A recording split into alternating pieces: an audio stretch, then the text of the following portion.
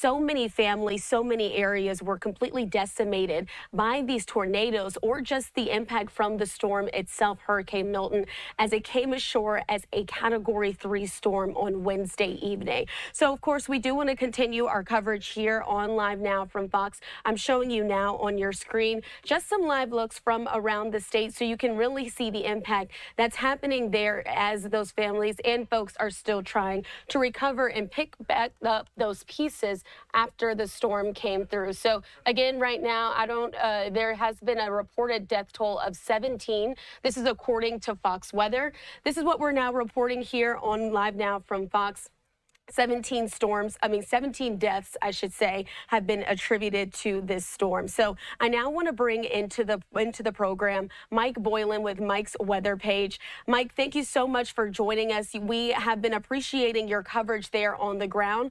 Right now, you're in Pinellas County, Florida, as well. And you said this is an area called East Lake. It seems like it's flooding there behind you. What can you tell us?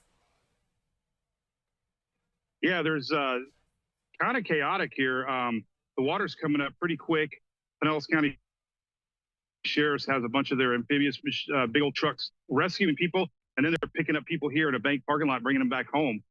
So it's really odd. You know, the biggest thing I'm hearing is the storm passed it almost 2 days ago.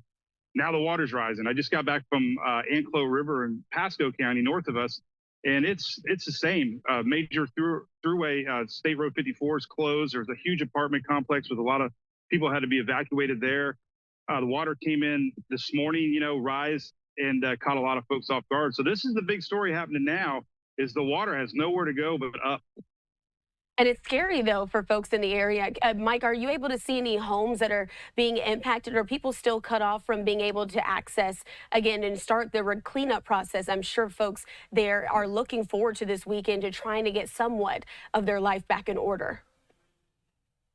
Oh yeah, I just met a nice lady and her mother that evacuated to Orlando, and not only did they have a treacherous ride home through the debris, now they can't get to their house, and they're very anxious. They're worried about the oak trees.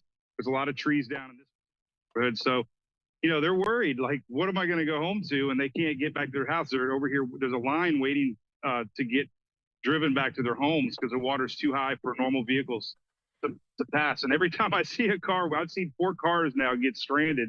It's not funny, but they shouldn't be driving in these waters. So they drive through, they end up stalling out right here, and it's just part of it. Don't drive through water. Trust me, folks, you'll be stuck and stranded. Okay, yeah, and Mike, just like you said, they shouldn't be driving through any of these conditions. And I would love if you can just pan the camera so folks at home can really see what's happening there behind you.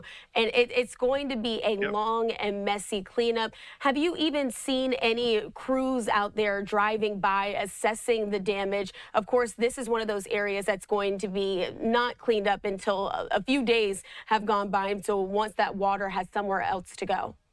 Right. Yeah, I think this is kind of the impacts of hurricanes are widespread, which we've learned, but now it's still days after the storm. And yeah, it's the number one thing I'm hearing from friends and even posts online is, where's this water coming from? Everybody sees pretty blue skies, storms passed, and here all of a sudden, we're dealing with more headaches and water rescues and water. People trying to get back to their homes. So I think it's going to be another day or two at least. The waters here just have nowhere to go, and the rivers are still rising in Pasco, Pinellas counties. And from with all the areas you've been through that corridor of Florida right now, we've seen you, we checked in with you throughout the last few days. Is this the worst area that you've seen, or how would you rate the damage here in this part of Pinellas in comparison to what you've seen in other parts of the county? I think every part of this, even state, has different impacts. We had a lot of surge down south in the beach areas. The impacts, where I'm at, is this water now coming up into people's homes, the flooding, the freshwater flooding.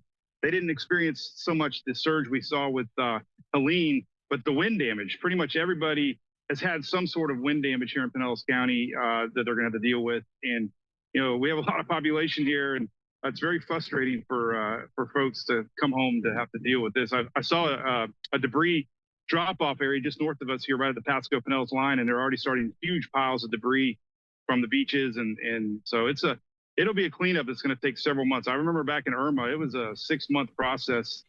We got a lot of homes here in this county, and they had to pile it up somewhere, and so we'll be decorating debris piles. It looks like at Christmas time, unfortunately. Not what we wanted to, right? Hopefully not. Again, for those families there, it's a very tough time as we're just seeing the impacts of Hurricane Milton. Much more that happens after the storm comes through than what happens as it is coming through. Mike Boylan with Mike's weather page, giving us the latest update there from Pinellas County in the East Lake area. Thank you so much for your time. Continue to stay safe. We appreciate you for checking in with us here on Live Now.